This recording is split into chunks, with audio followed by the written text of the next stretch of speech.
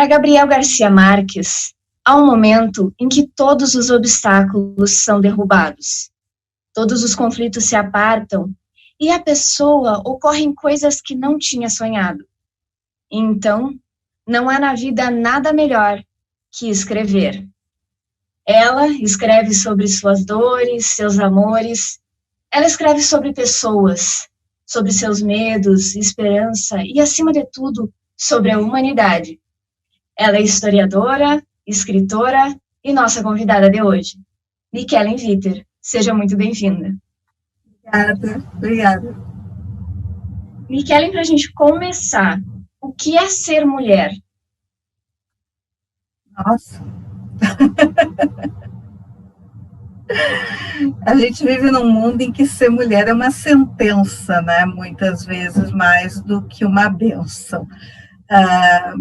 Então é uma resposta complicada porque envolve, né, toda uma história,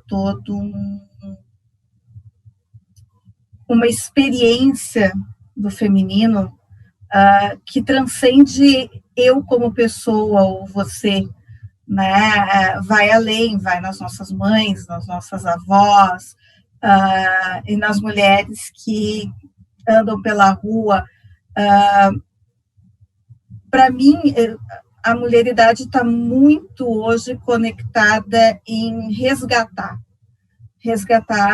sensações, resgatar laços, os laços entre as mulheres, cuja a história recente foi de romper, de nos separar, e agora a gente está fazendo o caminho inverso, né, o caminho de nos unirmos novamente.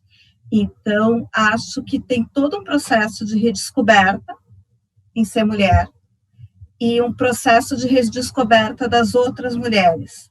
E nisso, né, reconstruir as pontes, reconstruir as ligações, as conexões.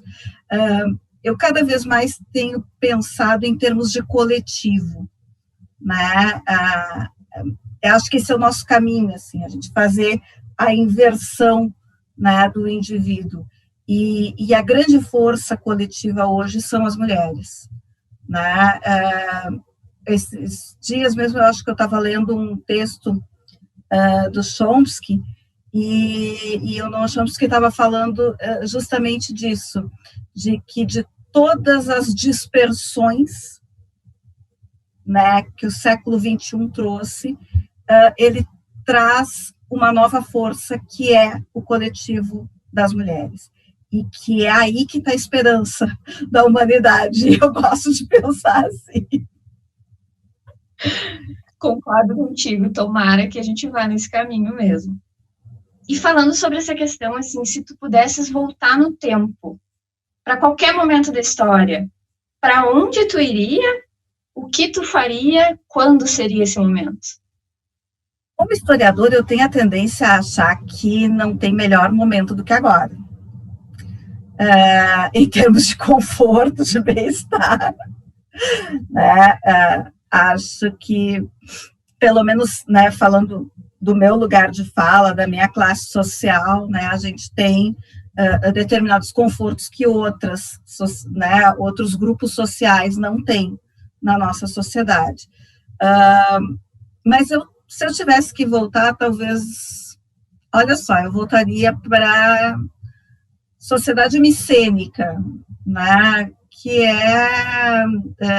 era do bronze, de onde a gente tem relatos de que havia uma determinada igualdade entre homens e mulheres, né? Então, depois disso, ladeira abaixo.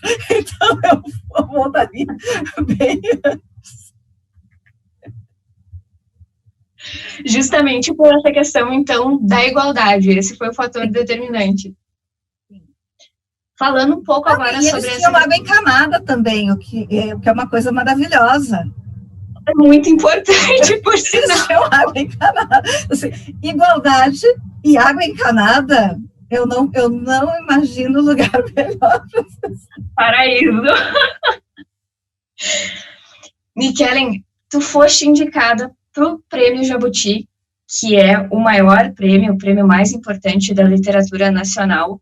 E, assim, eu queria saber o que a caneta e as palavras que fluem através dela, pelas tuas mãos, tem a ver com essa indicação. Eu acho que tem um processo, e às vezes é complicado. Quem está fora da escrita, e até mesmo para quem quer entrar na escrita, né? Escrever é um trabalho árduo, é um trabalho de muito tempo, né? Eu sempre digo que Viajantes do Abismo foi um livro que saiu de um supetão em 2013, mas desde 2013 ele vem sendo trabalhado e retrabalhado, passado por outros, né, por leitores que deram uma olhada, fizeram sugestões. Então, assim, há nisso um processo enorme de trabalho e retrabalho. Eu tenho brincado de que as pessoas têm que parar de dizer, por exemplo, que livro é filho. Livro não é filho. Né? Acho que nenhuma obra de arte é filho. Ela é uma obra. E se ela é uma obra, ela está sujeita a críticas. E a gente não quer que critiquem os filhos da gente. Eu sou mãe. Não, isso não é uma coisa legal. Agora, a obra, ela, especialmente talvez a obra literária, ela cresce na crítica e na aceitação disso. Então, o meu processo, talvez para chegar ao Jabuti, foi um processo, eu não gosto da palavra, tá? Mas de uma aceitação, não vou usar a palavra, mas de uma aceitação das críticas, né? Claro que eu pesei, é óbvio que eu pensei, isso vale, isso não vale. Coloquei essas críticas, uma pessoa me fazia, eu passava para outra, você lê, você concorda? Né?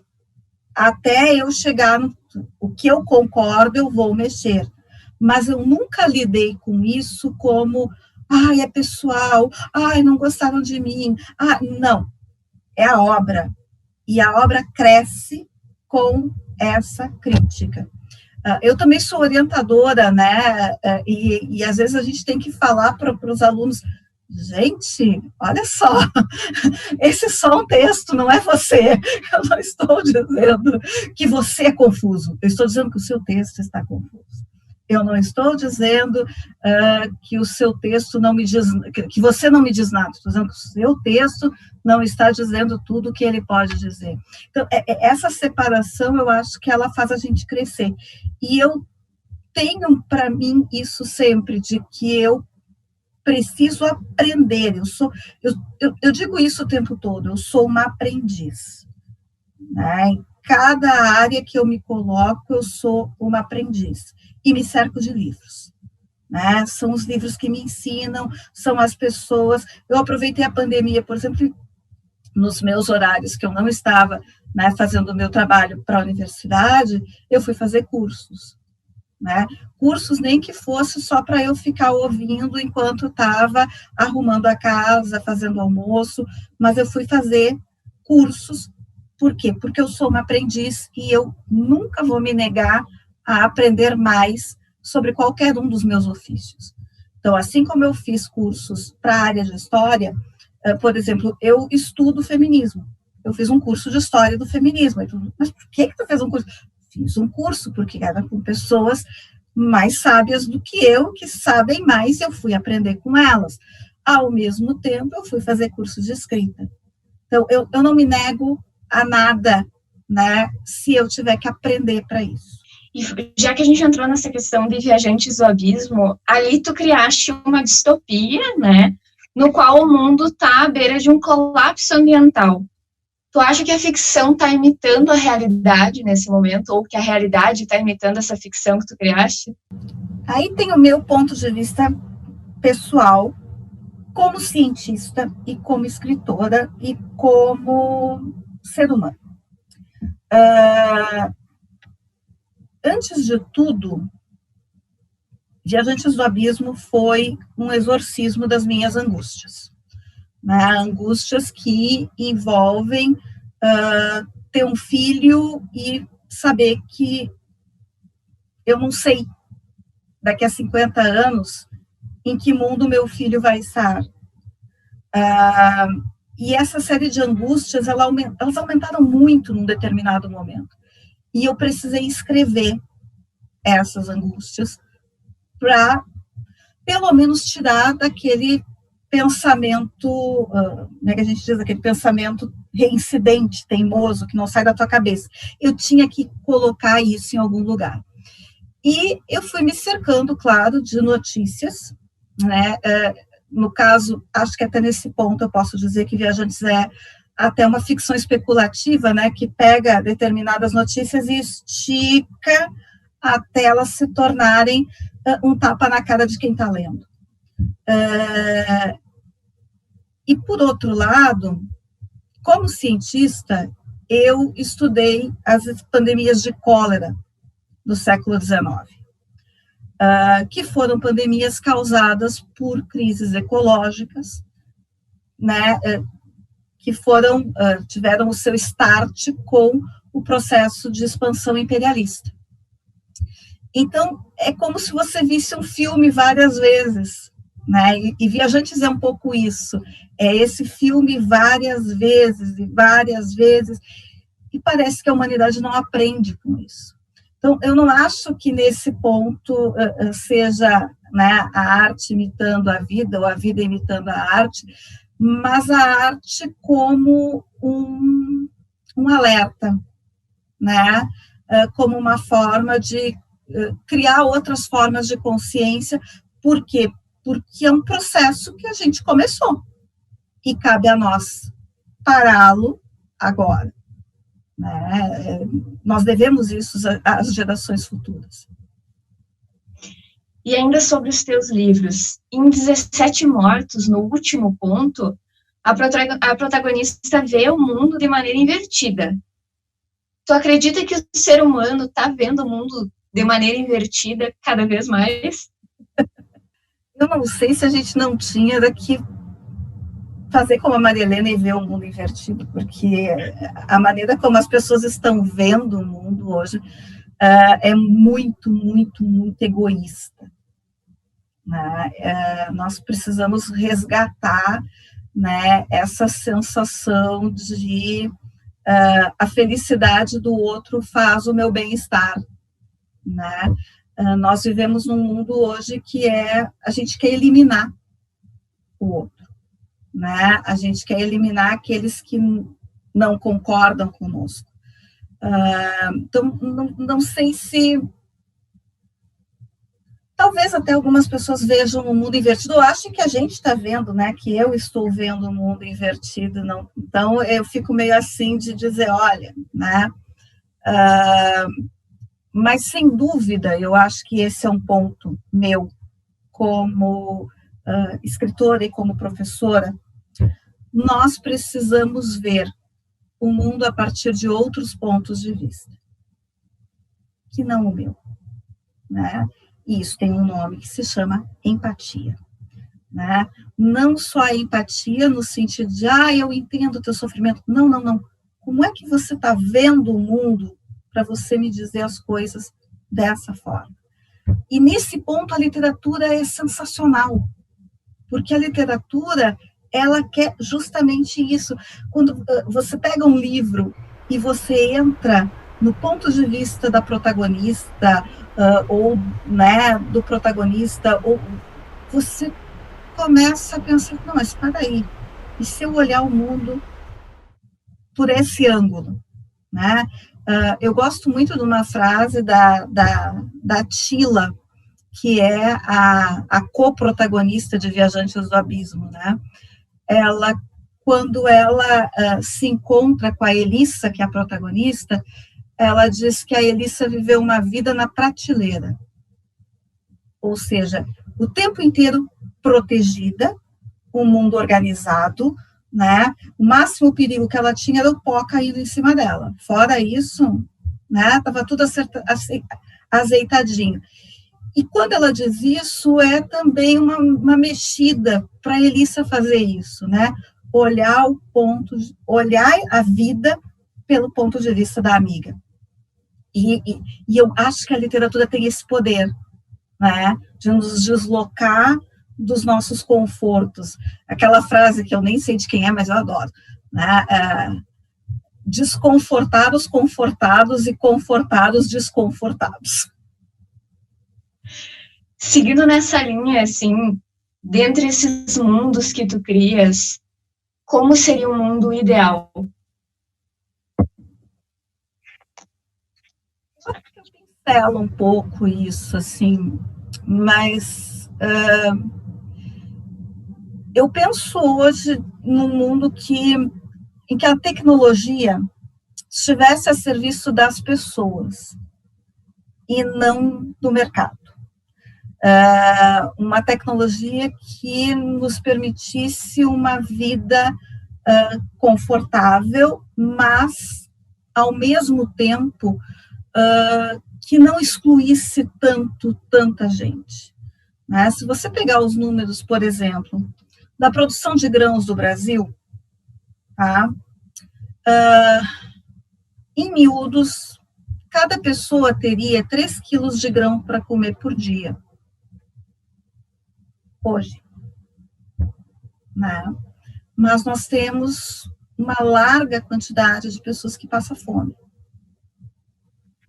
Então, para mim, um mundo justo é um mundo que todo mundo possa comer. Nem precisa ser os 3 quilos de grãos, tá?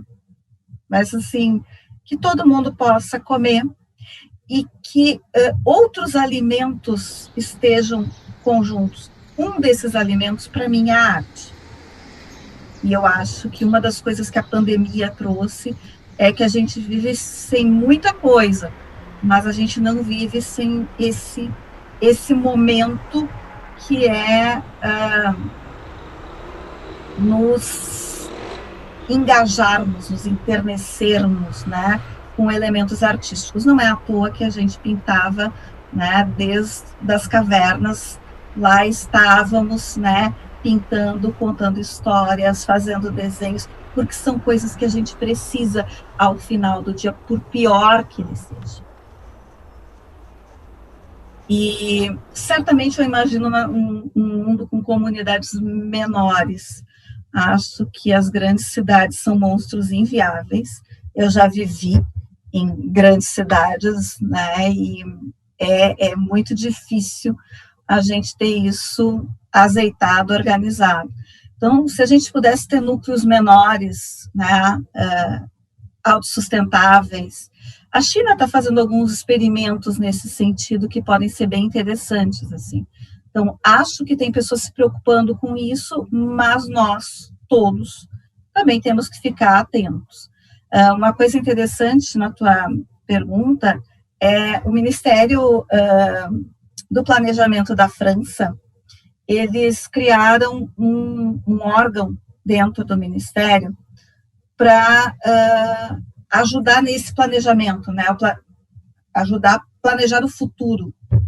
E eles convocaram escritores de ficção científica.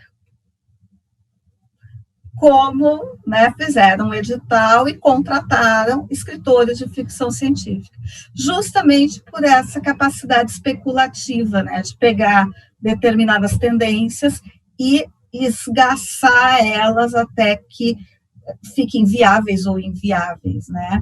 Mas é interessante esse pensamento de buscar essas tendências, buscar, né, tentar olhar para o futuro a partir de um processo de imaginação. E aí eles reuniram as coisas que eu sou, historiadores e autores de ficção científica para dialogar, porque os historiadores veem os ciclos, né, e os ficcionistas jogam essa imaginação para frente. É uma ideia muito interessante, assim, para a gente, né, um governo se pensar nisso. Quem sabe, não é? Como última pergunta, Nikellen, já que a gente entrou nessa onda dessa questão de juntar a história com ficção para, de repente, planejar um mundo melhor. Por que fantasiar é tão importante? A fantasia, ela tem o papel da utopia, né? Ela nos mostra para onde a gente gostaria de caminhar e para onde a gente não gostaria de caminhar, né? Então, acho que a fantasia também ela é algo inerente ao ser humano. A Nancy Fraser, que é uma escritora norte-americana, ela nos chama de espécie fabulatória, né? O fato de que nós somos absolutamente dependentes de narrativas. A nossa identidade é construída através de uma narrativa. Se você me pergunta quem eu vou dizer, eu sou Nikellen, filha de, mãe de, professora de. Então, há uma narrativa em ser. Se nós tiramos memória, nós tiramos a narrativa. Então, a história é a nossa memória, ela é a narrativa de quem nós somos. E a fantasia é a narrativa do que a gente gostaria de ser, ou para onde a gente gostaria de ir, ou das coisas que a gente gostaria de enfrentar e às vezes não tem força para enfrentar sozinho. Eu conheço várias pessoas que pegaram livros e me disseram, não livros meus especificamente, mas me disseram, este livro me ajudou a superar um momento de depressão. E aí você vai ver, é um livro infantil, é um livro infanto-juvenil, é um livro de aventura, é um livro no mundo das fadas, mas o que tem nesse livro? Tem uma protagonista, um protagonista que luta e que vence. E isso é terapêutico, a gente ler histórias sobre vencer, sobre superar, né? E a fantasia traz isso de forma muito ampla, muito alegórica, tá aí para o gosto de qualquer um, né? Então, acho que é isso, assim. Ao mesmo tempo, a gente também tem os alertas, que são as distopias, que são as fantasias distópicas, né? Acho que tem de tudo para todos os gostos, mas acho que são absolutamente necessárias, né, no nosso arcabouço de sobrevivência. Assim. Nikellen, muito obrigada pela tua presença, por estar conosco hoje no Provocarte. Eu te agradeço, querida. Obrigada pelas perguntas, obrigada pelo convite. Nós chegamos ao fim de mais um episódio. Em meio ao caos, entre mundos fantásticos, mulheres extraordinárias e histórias fantásticas, entre a arte e a cultura. E tudo isso para Provocarte. Até o próximo programa.